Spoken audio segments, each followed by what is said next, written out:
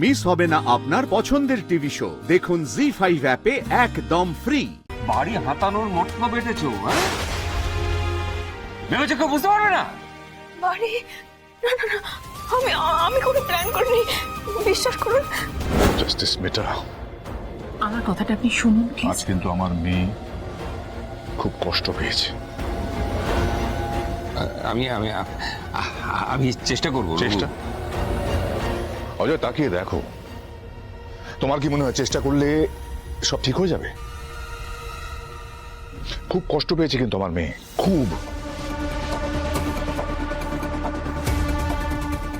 ওর দাদুর শরীরটা খারাপ না হলে ধ্রুব কিন্তু এইভাবে ছুটে যেত না। এটা নিয়ে আগেও কথা হয়ে গেছে, আমি রিপিট করবো না বৌদি। আর এটা সেই জায়গাও নয়। অজয়, তোমাকে অ্যাসিওর করতে হবে ধ্রুব এনগেজমেন্টের দিন যে সিন ক্রিয়েটটা করলো বিয়ের দিন সেটাও করবে না। না, আজকেও এরকম ঘটনা ঘটতো না। আসলে একটা আজকে আনএক্সপেক্টেড। আমার মেয়ের এনগেজমেন্টটা ভেঙে গেছে অজয়। এতজন এমিনেন্ট পার্সোনালিটির সামনে রঘুরাই বোকার মতো দাঁড়িয়ে রইল।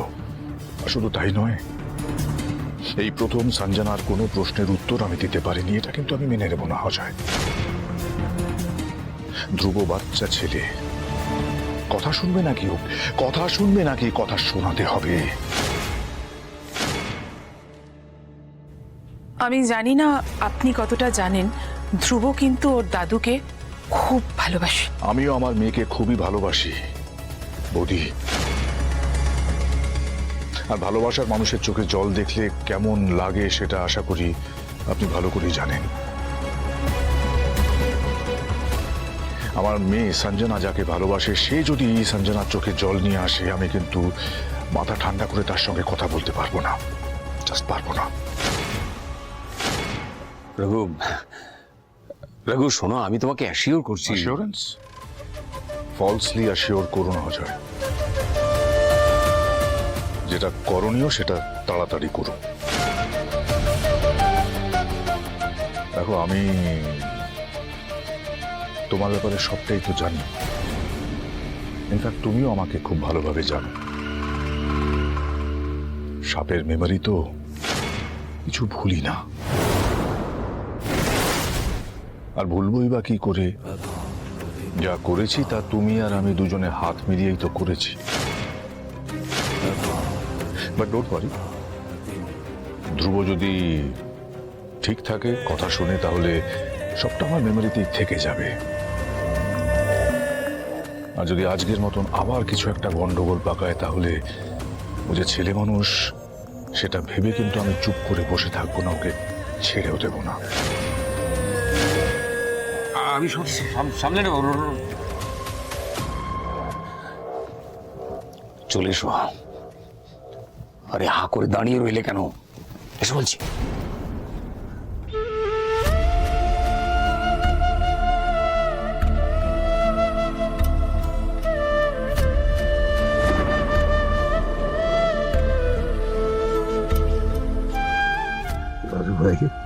दादू भाई जोनाकी के देखो, वो पारवे शिकड़টা ধরে রাখতে। जोनाकी के देखो।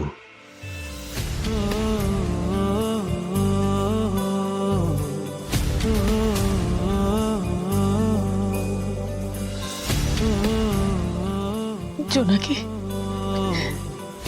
শুনলি তুই?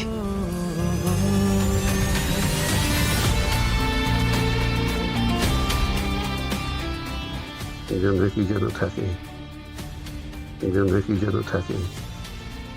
এই সুধাচরণ ব্যক্তি জোনাকিকে বিশ্বাস করে।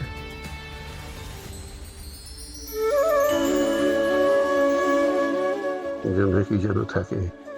শুনলে জোনাকি, শুনলে? বাবার বিশ্বাস জয় করা কিন্তু সহজ ব্যাপার নয়।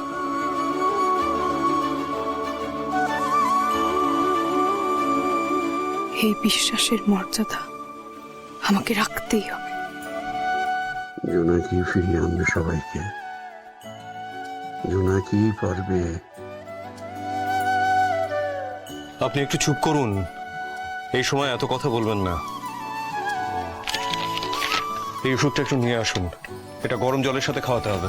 ঠিক আছে স্মল কাকা, হ্যাঁ বলছি ওষুধ আমি নিয়ে আসছি, তুমি এখানে থাকো, সবাই বেরিয়ে গেলে হবে না। ডাক্তারবাবু আপনি আমার সাথে আসুন, এগিয়ে দিচ্ছি। জোনাকি বিশ্বাস, জল গরম করো, ফাস্ট ফাস্ট ফাস্ট।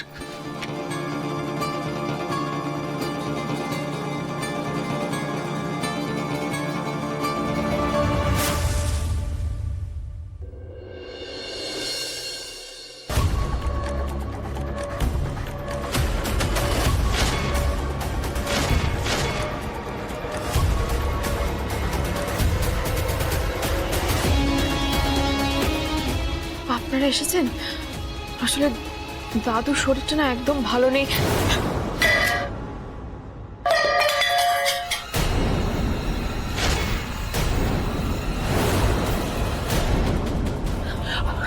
আরে নাটক করছো?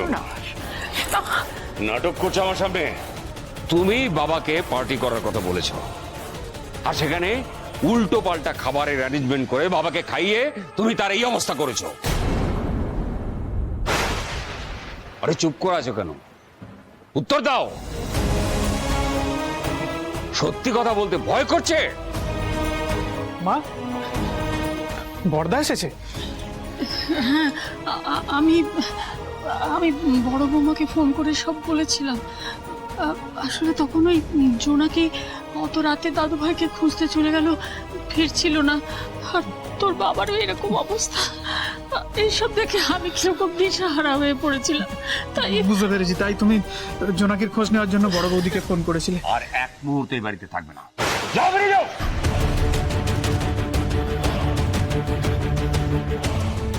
মা, বড়দার গলা শুনে তো মেজাজ ঠিক আছে বলে মনে হচ্ছে না। সাথী, তুমি এখানে বাবার কাছে একটু থাকো তো। মা, আমরা একবার গিয়ে দেখি, চলো তো। তুমি থাকো, ঠিক আছে মা।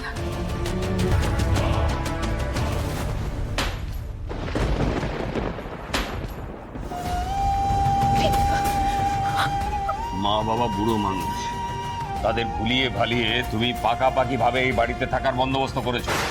হ্যাঁ, বাড়ির সব জায়গায় তোমার অবাধ যাতায়াত, সব ব্যাপারে তুমি কথা বলছো, আর এক মুহূর্তে এই বাড়িতে থাকবে না। যাও, বেরিয়ে যাও। তোমার যা বলার তুমি ওকে মুখে বলো, এইভাবে জিনিসপত্রগুলো ওর ছুঁড়ে ছুঁড়ে ফেলবে না। আরে খবরদার, কোনো কথা বলবে না, কোনো কথা বলবে না। কি ভেবেছো বাড়ি হাতানোর মতলব এটেছো? হ্যাঁ, ভেবেছো কেউ বুঝতে পারবে না?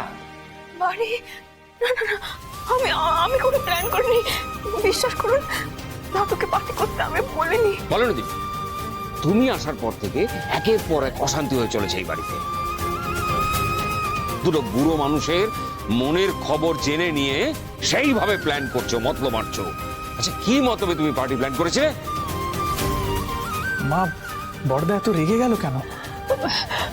সোনাকে তো তাড়িয়ে দেবে মনে হচ্ছে রে। ও ছোট কাকা, কি করবো এখন? বড়দার এখন যা মেজাজ দেখছি, কিছু বললেও কোনো লাভ হবে বলে মনে হয় না। জোনাকির তো কোনো দোষ নেই বল।